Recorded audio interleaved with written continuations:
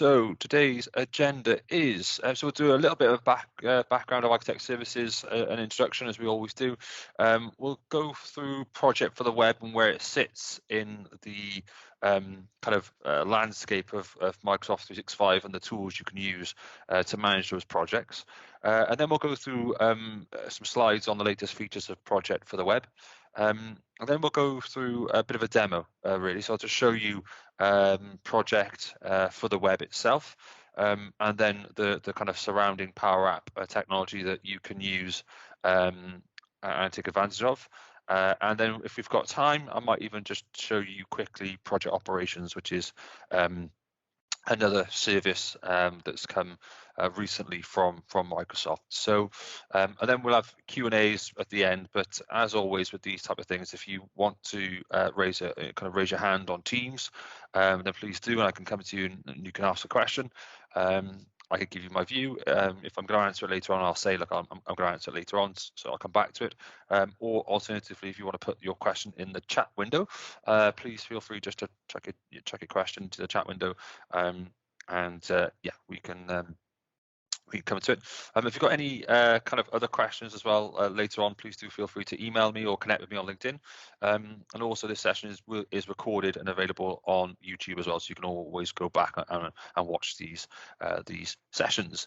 Is that Tony? Did you have a question? You got your hand raised already, or you're just testing out the feature?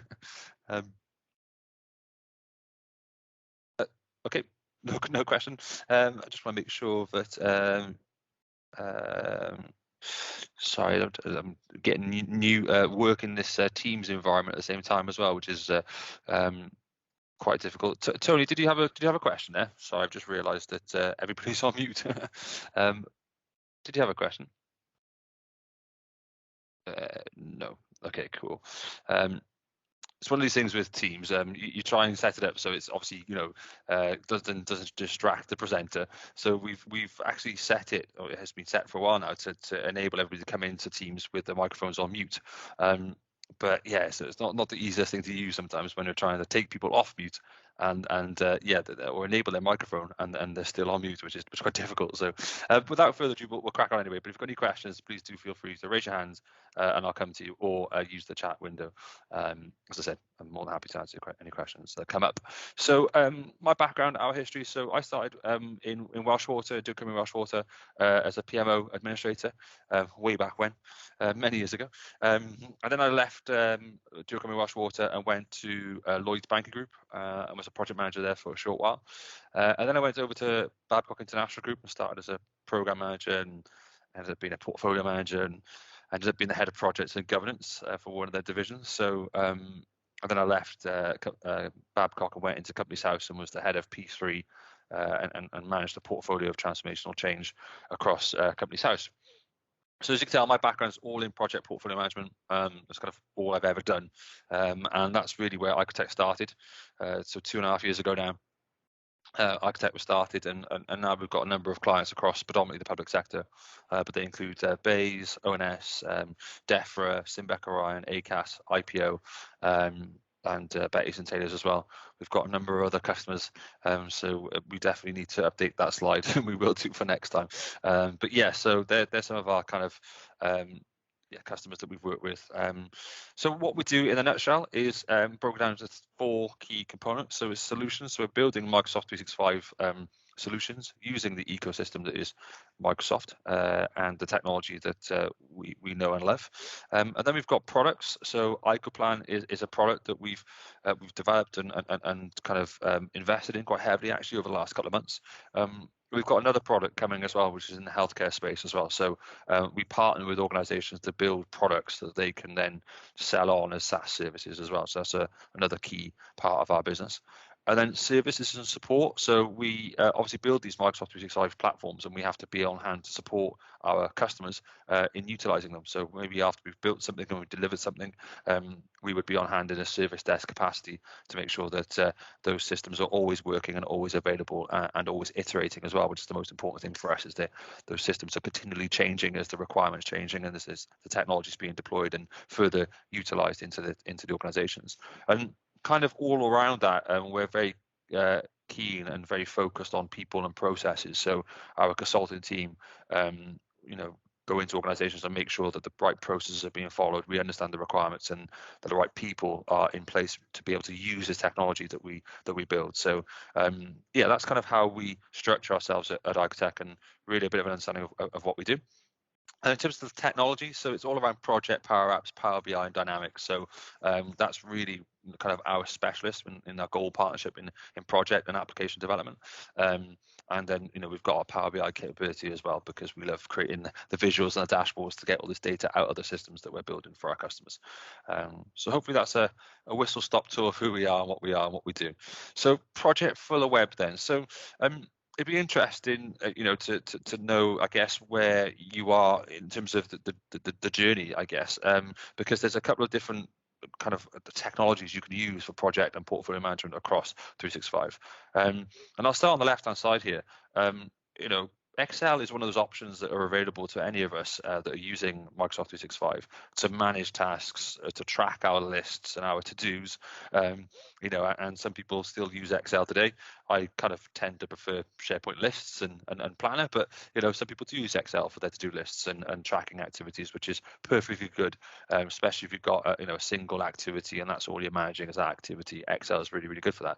There's another app called To Do, which nobody's ever heard of, but it's one of those tools that you can use. It's kind of like a lower down version of Planner, but it's kind of good for email integration and individual planning of your day and your activities. So if you haven't seen that, I'd encourage you to go and have a look at To Do. Planner is the next step up then. And Planner is really about group task planning, so multiple teams across one organization. It's very graphical. It's very nice to use Planner, and you've got the Kanban board approach as well. And you can actually update tasks within Planner as well. So you've got a task in Planner, and then you've got checklists within that as well. So you've got the idea of a parent task and subtasks. And then if you one step to the right, then is Project Desktop. So that's kind of Microsoft Project, the client desktop service that people may have used, which is where you're building big schedules, maybe 200 lines plus of schedules and activities, and we've got resource breakdowns, assignments, and you can actually create reports inside Microsoft Project as well, baselining, dependency management, all those kind of really detailed and intrinsic detailed project schedules. You can build your local resources into that tool as well, so you can build your resource pool and you can consume those resources by assigning them to tasks. And you can even manage budgets as well, because you can put costs against those resources and attribute them to tasks, and times thus equals the total cost of the project. So yeah, it's a really, really powerful tool. I've used Microsoft Project for a number of years now, and I don't know all of its capability. I've never had to use all of its capability because it is so powerful. So yeah, a good tool for managing your projects. Project Online is actually like a central repository that enables portfolio management, enterprise-wide resources. So resources from multiple teams across an organization, whether it's a kind of HR resources, IT resources, and then finance resources, but furthermore the roles. So, business analysts, project managers, solution architects, all in this enterprise resourcing solution that you can bring in to your projects, and you can request from the head of business analysis that you want 5 days of a BA next month, and the head of business analysis will assign that a resource, a named resource, a real person to that resource request. It utilizes Project Desktop. We've got many videos on YouTube of what Project Online is and how it's used. If you want to know more, I encourage you to go and have a look at that, or contact us afterwards. But that is an enterprise-wide PPM solution, and it really does use Project Desktop to drive those schedules, and you publish that back up to Project Online, and then Project Online brings together, combines all those plans into one repository. So Project for the Web on the right hand side there is the latest and greatest technology from Microsoft. It is very familiar to Planner, and that's purposeful, but it is kind of not as comprehensive as Project Desktop. It's a tool that's available for us all to use, and it's brilliant, but it really stays true to the evergreen concept of 365, where they're deploying features quite frequently. The idea, the vision from inside the community is actually that Microsoft Project for the Web will take over Project Desktop in the future. but that's a very long way away. And I think Microsoft's vision is that everybody be planning on Project or Planner. And I think everything in between here, Project Online, Project Desktop, Excel, To Do, will all kind of be moved to the side, and you'll be using Planner or Project for the Web. And ultimately, I think, this is really visionary stuff. It'll be all in one solution in the future. But this is understandably kind of a range of products, I guess, for your specific use case. But there's actually one other product on the radar which you could consume, which is something called Project Operations. And Project Operations, if I had time over the last couple of weeks, I would have moved this into the right-hand side of this diagram. But Project Operations is really for revenue generating activities. So it's available within Dynamics 365. And if we've got time later, I'll show that for you. But basically, it's Project for the Web with Dynamics 365 around the outside of it. And it's for where you run a business like Architect, where you're time sheeting and you're billing your customers and you're trying to, you've got hardware, maybe bigger organizations would use it as well, like pharmaceutical companies who are doing projects and charging via milestone payments and that kind of thing. And it integrates Dynamics CRM, so accounts and contacts and leads, into a project all the way through to invoicing and all that kind of good stuff as well. So, but it it's called Project Operations, but for the scheduling element, it still uses Project for the Web. Almost think of Project for the Web as a plugin. I know it's got some negative connotations, that word, but think of it as a planning engine you can plug into, Power Apps or Project Operations or Dynamics, and I'll show you how that works a bit later on. All right. So in terms of the architecture of Project for the Web and the integration capabilities, Project for the Web is part of the Power Platform, and it's based on that same technology. So it's actually integral to the way in which Power BI, Power Apps, Power Automate, and Power Virtual Agents connects its data together.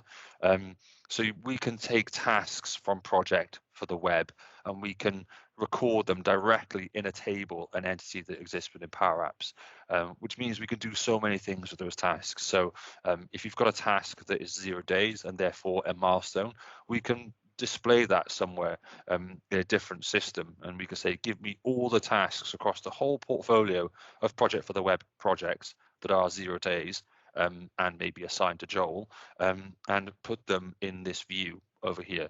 You don't even need OData connections to do that. That's just it's a standard out of the box kind of capability, because each task in the system is treated as its own record.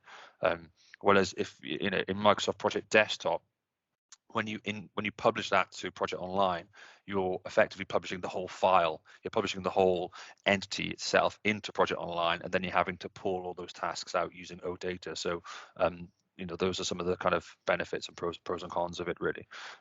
But you can imagine creating a task in Project for the Web, 0 day task. It's assigned to Joel and it's in the priority of urgent or bucket that is urgent, and it could automatically send a Power Automate email notification to me to say, Joel, you've got this urgent task. It was created by Chris. It just gives you that potential for workflow integration because it's in the same platform. And it's using those data connectors to do that. Vice versa, you could, take posts from Twitter, and then it would create a task within Project for the Web, in your project that says somebody has created a post on Twitter about your company, so on and so forth. So that level of integration between all the applications we all know and love is readily available for us as well. And that's all because it's on the Common Data Service and it's using the data connectors available in the Power Platform. So apologies for this diagram. I love it. I like diagrams and kind of drawings, etc. But I just wanted to kind of show you the landscape of the Project for the Web architecture and how it really fits together. Just to kind of more bring to life really that kind of overview I was given earlier on. So Project Desktop is here on the left hand side. So that's a standalone Project Desktop client. And that's the kind of, if you've seen this picture, if you're used to using Microsoft Project, you'll be familiar with this scheduling view and the different views, the Gantt chart view, and being able to manually schedule and automatically schedule your tasks, creating your predecessors and your links and all that kind of stuff, and marking your tasks as 20% or 100% complete. creating your timeline on the top of the plan, which nobody ever liked that timeline, but yeah, it's there. But that's, you know, standalone. You can use that should you wish. So this is trying to articulate the Project Online desktop file that is Microsoft Project Desktop being published or pushed into Project Online as a service. And Project Online is a SharePoint database. It is SharePoint. It's a set of lists and records, and within each site you've got a set of pages, SharePoint pages, and SharePoint lists as well that are based on content types. So you can, you know, duplicate the risk list across multiple sites, but it is basically creating a SharePoint, you know, hub and spoke type system every time you go and create a new site in Project Online. Great in certain attributes, not so great in others, and that's why Microsoft have recognized they wanted a more intuitive solution in Project for the Web. So actually, in the latest version of this diagram, I've actually changed it. So this line here coming out of Project Online into Power BI, which is the reporting and visualization tool, actually comes from Power Apps as well, because the idea, and from Project for the Web, the idea is that, you know, you could take all this data out of not just Project Online, Project for the Web, and Power Apps, but you can bring it into one system in Power BI, you know, because it's there and readily available. The next thing to talk about then is the Power Apps technology. So when I talk about Power Apps as opposed to the Power Platform, Power Apps is the ability to create the model-driven apps, which I've talked about before on our videos, but I'll come on to show you later on. But that allows you to take Project for the Web as a scheduling tool and build functionality around that. So if you want to do, you know, risk management or lessons management, or you want to capture all, you know, the project requests in the system, well, you can use Power Apps to build that service around Project for the Web as a scheduling engine, which I'll show you again in a minute. So that Project for the Web technology is based on the Power Platform technology stack. And then Roadmaps is another service you can use. If you went to project.microsoft.com on your Office 365 environment, obviously subject to your organization enabling that service and having a license, you can create a roadmap where you can bring together different projects, and you can bring in Azure DevOps kind of requirements as well. Personally, should I say this? Personally, I don't like roadmaps. I think it is good for creating one-off views. You know, I want to go and look at how my projects overlap each other. As soon as you start putting more than 6 projects in it, it gets complicated. As soon as you start putting more than 10 tasks in it, it gets complicated. I can't use it. It's just not enough to fit on the screen. But if you're doing it for 3 projects, then Roadmaps is a great service. But then if you're only kind of managing 3 projects and trying to resource level them, then you wouldn't be doing that in Roadmaps. So I encourage you to go have a look at it, because it can look quite good, and I'm sure there's a use case out there, but in my opinion, it's just one of those lower value things that I'm hoping in the future Microsoft will push and make better. So what we do is, if you want to create that kind of Gantt chart view on the right hand side here, then we do that in Power BI, because we've got more control of the milestones, the diamonds, we've got more real estate on the screen to put lots of good information and create, you know, true enterprise portfolio plans in Power BI.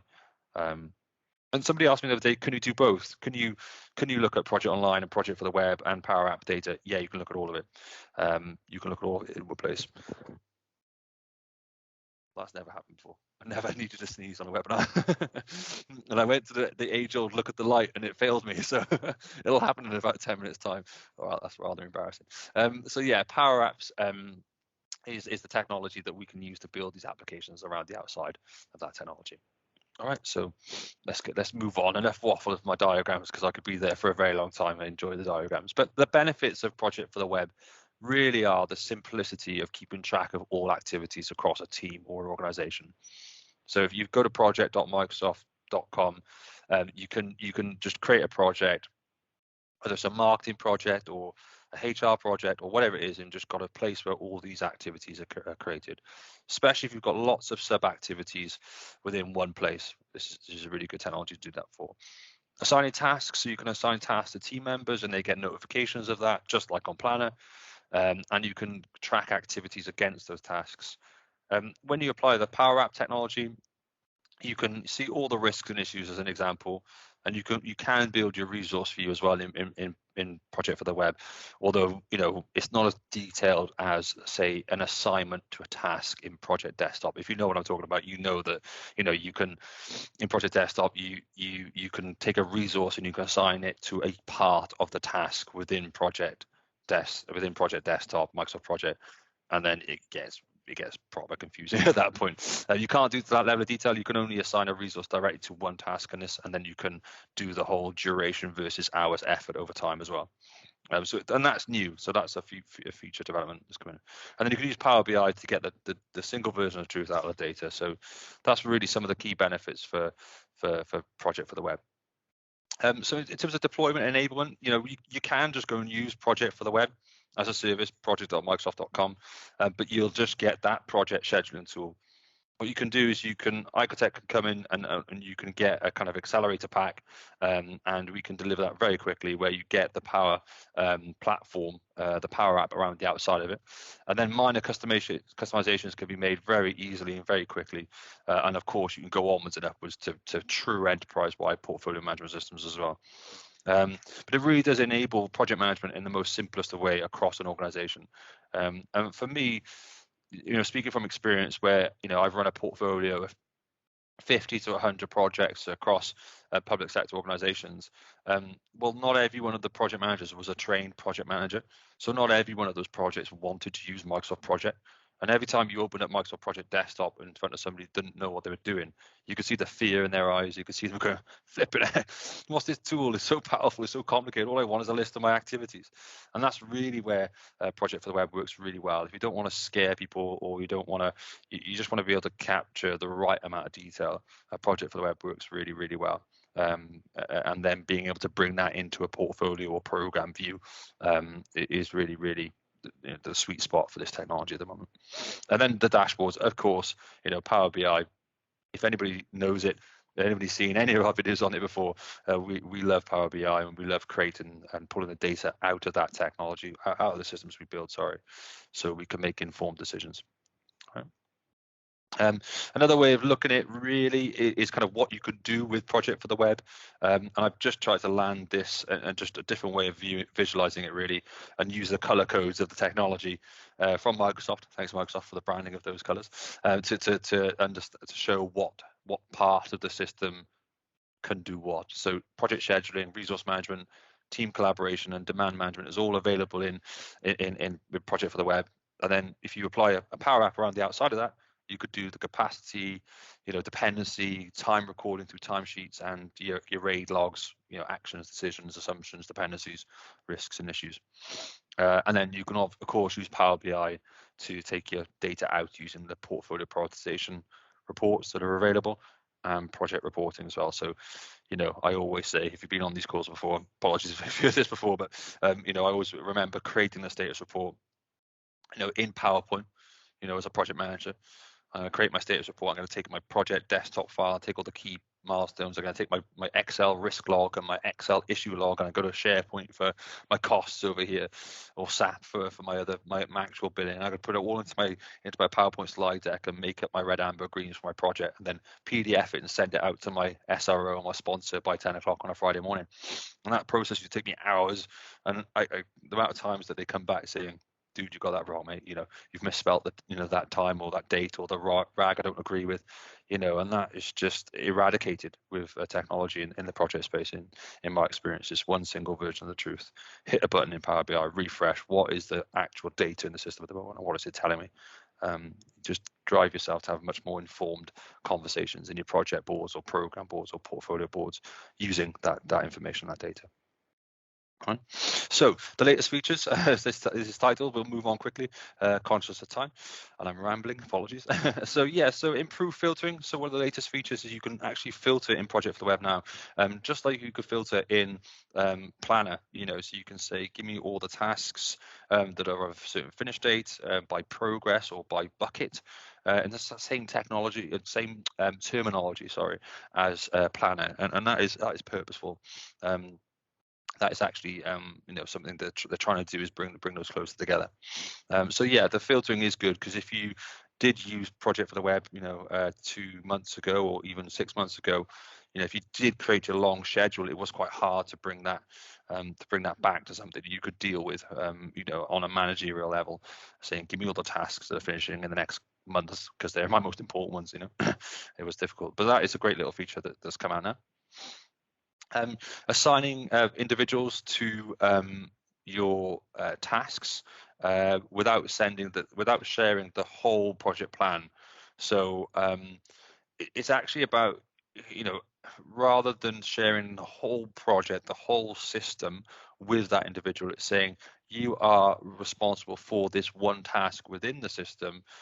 I am actually just going to assign an individual to that, rather than rather than being forced into assigning them to the project first before you assign them to the task.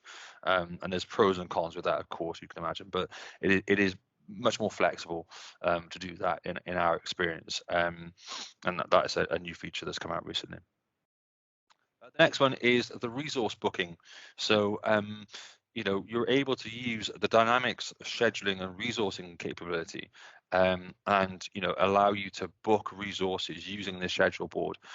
What I would say is this schedule board is what I would call a pro feature. It's something that whenever you turn it on, it doesn't just work. You've got to configure it to your requirements. So it's a feature that's there, and it does enable us to allow our customers to book these resources. So if you've got a business analyst, you can start to do this, and you want to request that resource for 3 hours next week and 3 hours the week after. You can do that now in a Project for the Web and the associated Power Platform technology. It still needs a bit of setup and configuration. You can see all the drop downs on the left hand side. Do you want to do it by territory, by organizational unit, by resource type? You might not want all that. You might be an organization that's in one central location in Cardiff or London.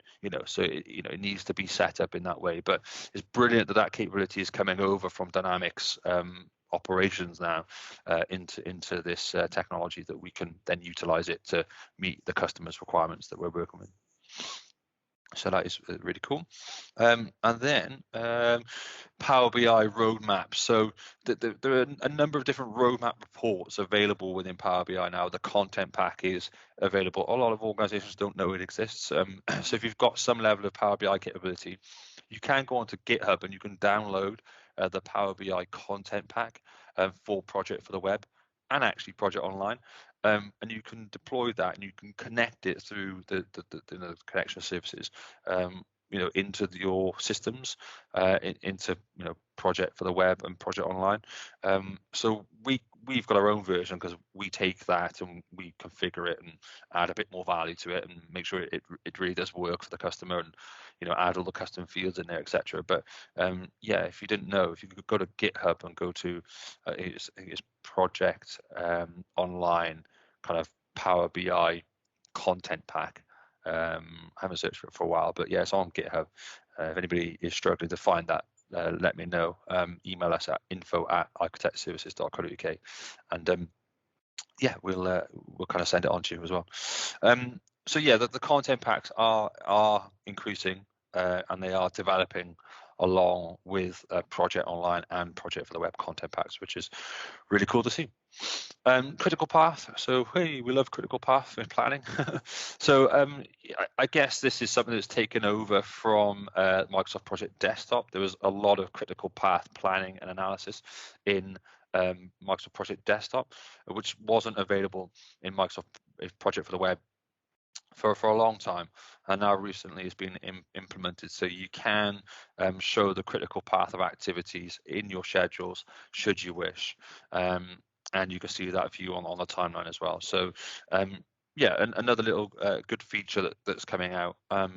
There's a number of features in this space that have been kind of deployed over the last year. I mean, if we were looking back over the year, it'd be too long to bore you with on a webinar. But the point is that this stuff is coming out weekly, one of the other important features that came out is you can actually upload or import Microsoft Project desktop files into Project for the Web now. So if you did have a big schedule with 200 lines on it, 150 lines on it, or whatever, and you didn't want to re-add all that in, you can import directly into Project for the Web as well. So yeah, just a lot of stuff in that space. So what to show you first, let's just jump straight in. So I'm going to show you Project first. That's just actually Project for the Web as it stands. Okay, so this is actually, I read a Comedy Value one earlier where our demo license had expired 10 minutes before the webinar. So this is actually a something we put together ages ago in our environment, just messing around with Project and Project for the Web. So if you go to project.microsoft.com, you will get to your home page effectively, and the home page is really like the bridge between Project for the Web and the roadmap technology and Project Online. So here, if I was to click that now, go to my live Project Online environment. As I said, it's my live environment. So I'm not going to go there just yet, because it's probably a bit too much sensitive information on there. But you can see here how you bring it through project operations activity as well. So we're using Project Ops, which is the service I talked about earlier, that the newer service again, which is more of a profit and loss type project. Then you can bring all these different types of projects and roadmaps into one central homepage, and this homepage will develop over time as well. I talked about importing from Project Desktop. So here, click import from Project Desktop, and you can upload your file, your Microsoft Project file, and all the tasks will go up there with all the information there as well. So let's just jump straight in. So this is a project we created ages ago, and you can see here it's all about creating these tasks and being able to manage my project within the system. All right, so I'm just going to add Lauren to this task. The start date of yesterday, duration of 5 days, all that kind of good stuff, and it depends on actually I'm on the wrong task there, aren't I? 5 days, here we go, and depends on, say, let's do the test task. So it's a lot easier. You see how that pop up there. And if you used to use Microsoft Project Desktop, it's not as nice as that. You have to go and find the ID of the task in Project Desktop and the predecessor and all that kind of good stuff. And you're able to flex the days. So you might be able to put in 8 hours here.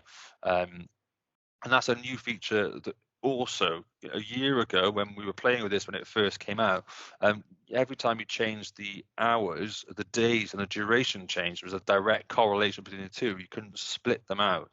That's a recent feature as well, so within the last year. And then you can add your columns, so you can add your buckets, you can add your other services. You might want to put this as different bucket 1 or bucket 2, whatever it might be, and you can go on to your board later to do that. You've got loads of different kind of quick look fields, effort completed, effort remaining, and all these kind of attributes will come from the system in terms of timesheeting if you were to enable a Power App behind it. Right? So Microsoft are effectively giving us this platform to schedule and to plan, and then saying, okay, so the technology around that for your portfolio, project management, or program management capability, you could build yourself. There's no one way that fits all. And Project Online and the older technology is more that kind of one size fits all. This is really about allowing us, and especially the partner community, to be able to create a process or a system around the outside of it.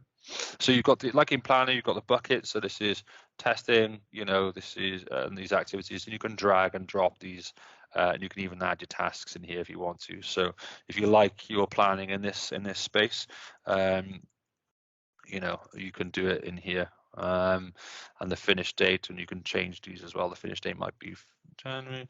I'm going to assign it to Alison, and so on and so forth. All right, so and you get the little kind of icons here of who it is assigned to. You can copy links to tasks as well, which is something I like doing when we're kind of talking and via email. And you say, this is the task I'm actually talking about. I'm going to copy the link to the task, and then people in the team can know exactly what we're talking about. So you've got the assigned to as well, and then you've got the progress. So it's not started, it's in progress or completed. If you're used to using Planner, you'll be familiar with this look and feel. The next step from Planner is this timeline activity. So you can use this timeline kind of timeline scheduling board to drag and drop these things forward and backwards as well. He says, I'm going to go backwards. Maybe why doesn't that work?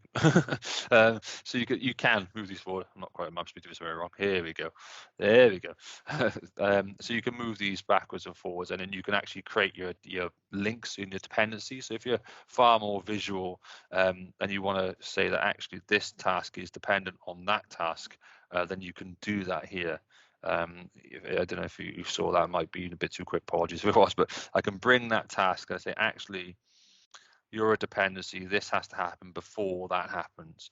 And actually in Microsoft Project, way back when, I was doing that kind of in a hierarchy, in a list order, and doing it using my numbers of the IDs. So to have that type of feature is quite cool to see. And then these are the filters that we were talking about earlier on as well. So give me all the ones that are assigned to bucket 1, for example. Just give me all those. And you see here that the list is reducing. Give me all the ones that are assigned to testing. So I'm actually going to own the testing bucket today and do some planning here, and I can see all the tasks that are assigned to my bucket. Right. So when we talk about project for the web, like that's it.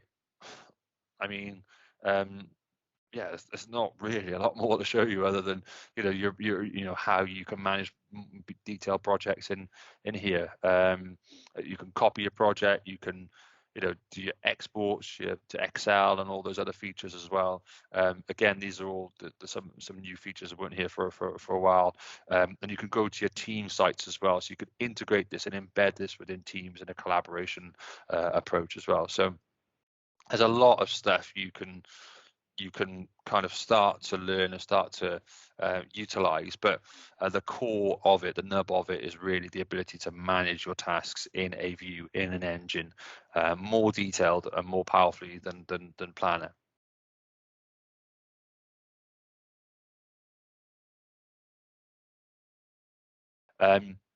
No. No, because it depends. You can, if you've got a project there that you can open up in Microsoft Project Desktop from Project Online, and then import it into Project for the web, then yes, you could do that, but you wouldn't be able to take over the attributes of the PDPs or the project detail pages in Project Online. But there is technology, and I'll come on to show you that in a couple of minutes' time, because that's a kind of a great question, really. But let me just go here. So this is the Power App then. So this is Power Apps on the top left-hand side. This is a version of our PPM solution Icon that we've kind of built and play with from time to time. And the idea here is that you could have your projects from Project Online in here. Yeah, you can merge the two together. We get a lot of customers that want to do both. Want to have Project Online because they've got 1,000 projects, for example, in Project Online. They don't want to migrate, but they want to see everything in one place. And we use something called data flows to connect the two together. But the plan always lives in Project Online or in the project for the web file. All right, but Project Online is massive in terms of the kind of different types of use cases as well. So yeah. Hopefully that answers the question. Fingers crossed. So this is all around the outside of Project for the web, and this is our ability to create new requests in the system. All right, so we can create a request, no problem at all. We can create the request, we can give it a state, and this is the standard out of the box stuff, really. We haven't done too much to this form. But again, you could have a kind of a process flow here. So is it in stage 1? Idea, is it in stage 2 where it's been prioritized, or is it in stage 3 where it's been selected and approved as an idea to move forward? All right, so you can configure all these fields to your requirements. All right, but I'm just going to go and take one in here. It's been requested by me as an administrator. This is the demo test project request. So this is about managing your pipeline and your future activities, and all this isn't project for the web. See, it's all the Power App technologies. I'm just going to put some narrative in here just because I haven't got a lot of time left.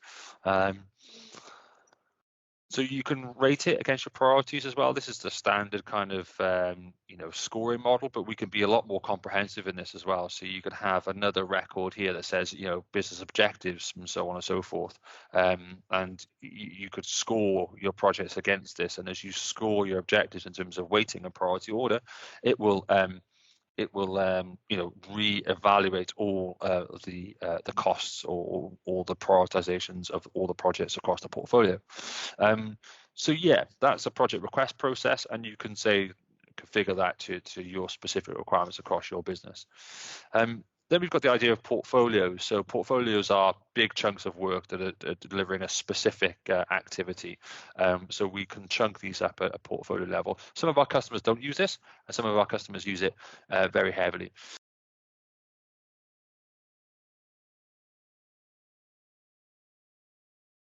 Roadmap is is taking project for the web activity. So if I just go back here, if you want to create a roadmap, which is the tool I kind of you can add a row, and you can add a row as an owner. So I'm kind of this is my, so here you can connect to any project, in project, online, or project for the web.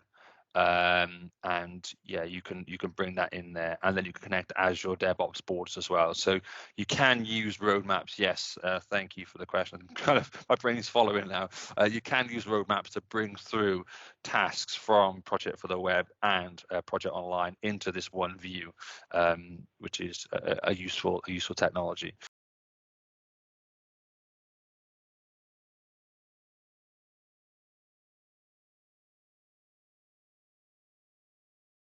If I just go back to here, so this is the app, essentially, is the one app that we've created on top of Project Accelerator. So you can have this essentially and enable it in your environment, or deploy it in your environment, and then you will be able to take all the projects, and for each project you create, so let's do PPM, you're able then to record risks and issues and actions and decisions into the project itself. So I've kind of just dropped straight down there from portfolios, but effectively, if you go down that hierarchy, you've got a set of portfolios which you can use or not use, and then you're basically attributing programs to portfolios. So this is the marketing revamp program is linked to this portfolio, but of course, in most operating environments, a portfolio equals 15 programs, which equals 300 projects in that analogy. So that's why we built this in here. And again, you can have risks attributed to a portfolio levels as well. So they're escalating risks, or they're direct risks, or whatever it may be, and issues are the same as well. All right, so that's if you're a portfolio manager, you want to see all my statuses of all my programs across my portfolio for marketing. I'm the SRO for the marketing portfolio, so on and so forth. You can see we haven't really filled it out too much because it's a template, it's a framework for to be used. But this is the program then. So the program is a collection of projects in this simple case. And again, you can see all the projects that are linked to this program, and the finances that all kind of amalgamate up, and you've got the ability to capture budgets, assumptions, kind of, and all the risks then pull up from all the risk logs underneath as well. So these, and that screenshot you just put in the chat there, Sophie, that's almost a kind of give me all. So when I go down to the project entity here, if you go back and do PPM, you've got all these life cycles that the project can go through, which are fully changeable, of course. And you can see here we've called this one agile, and you can change the process to waterfall, so on and so forth. And you're tracking all your risks. So I'm going to just test this now very quickly. Fingers crossed it works. So I'm going to add a risk in my system that says there's a risk that if we don't do risk management, we will have lots of issues. It's just so I can see it in the system. So it's not an opportunity, or maybe it is. It's not to be escalated. It's an accepted risk at the moment, and it's a change. This stuff is totally customizable, and it's the whole point of it, is that none of our customers or partners have this system, this exact system. It's all tailored to meet their requirements because it's in that Power Platform technology that we could do that.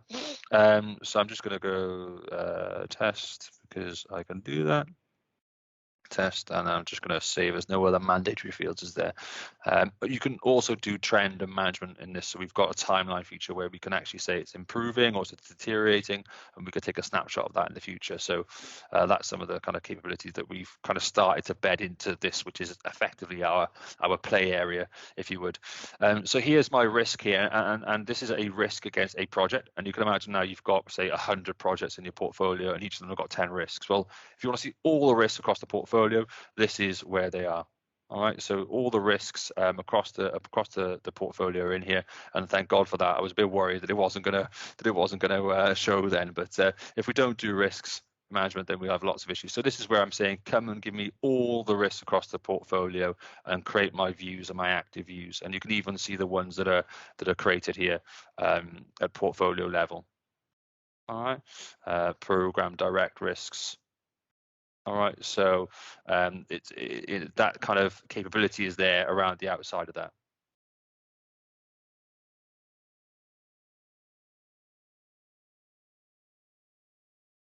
That is a really good question. That's a really good question.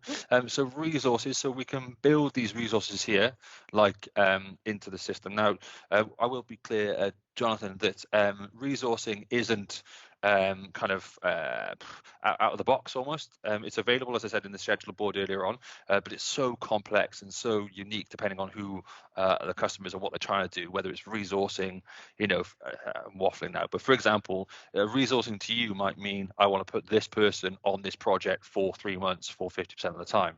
Right, but resourcing to me might mean that, okay, I want to put this person on this task for an hour next week. It's that kind of range is so varying that there is no one size fits all, but the system allows us to create these resources. So we can create a resource in the system. It's a user, or it's a facility or a piece of equipment, and we're able to use these resources in the project then. So we're able to use Megan in our tasks, and assign Megan to these tasks and do all sorts of things, in terms of how we want to see that resourcing in future.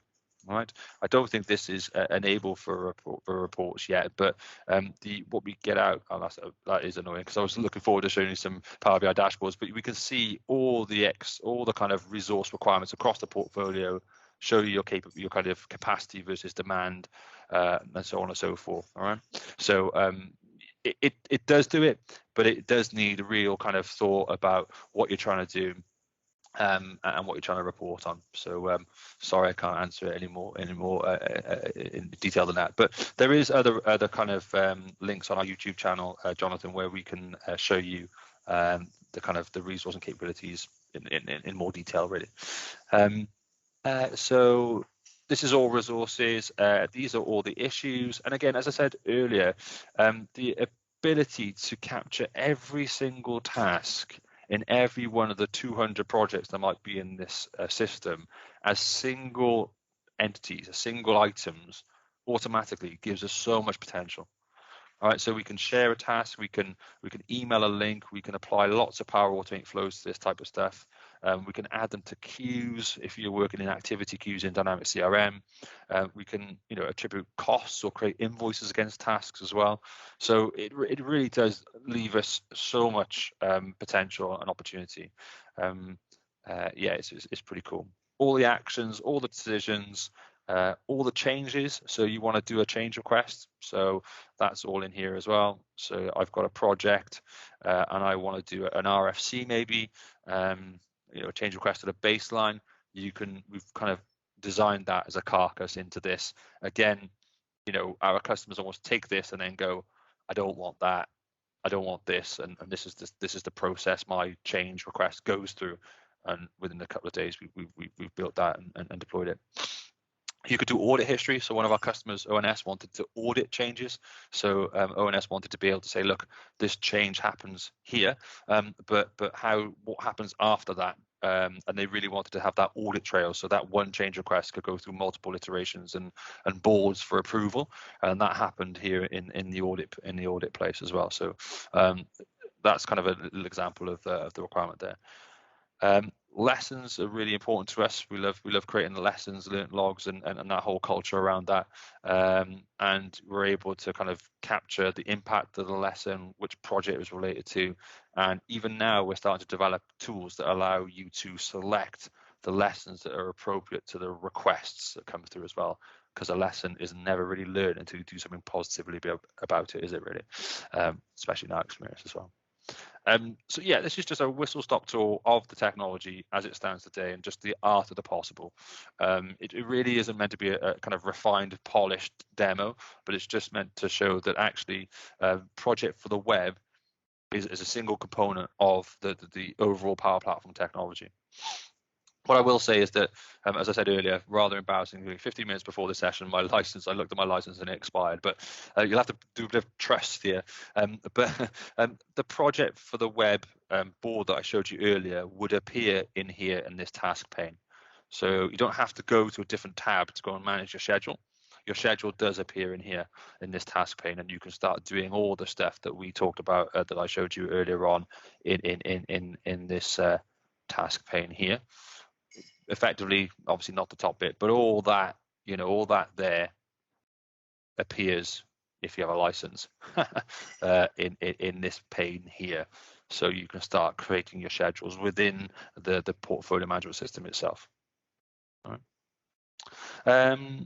Cool. And then you can do all sorts of things, like you can see here, you can surface your Power BI dashboards. Again, the licenses are politically expired, but typical. And then the idea of status reports as well. So being able to create a status report as a record, again, allows us to do a lot more with that. So we can see the status of a single project over time, because we're almost trend analysis. We're almost completing a status report as a record, not as a report.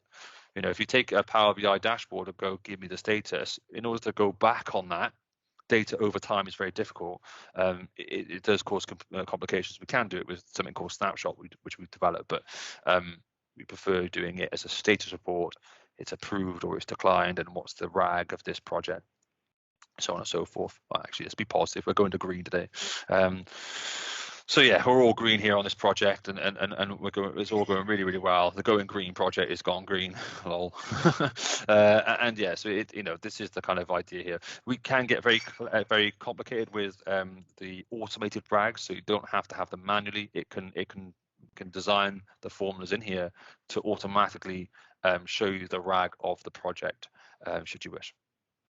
So the last 5 minutes, because I've just had my 5-minute notification, I'm just going to show you, if I may, project operations. And I want to show you that because it's there. It is a tool that people can use, and there is a different purpose for it depending on what type of organization you're in. But and it actually might help answer Jonathan's question as well around resources. So project operations is a dynamic service, but it looks the same, doesn't it? Because it's the same technology, right?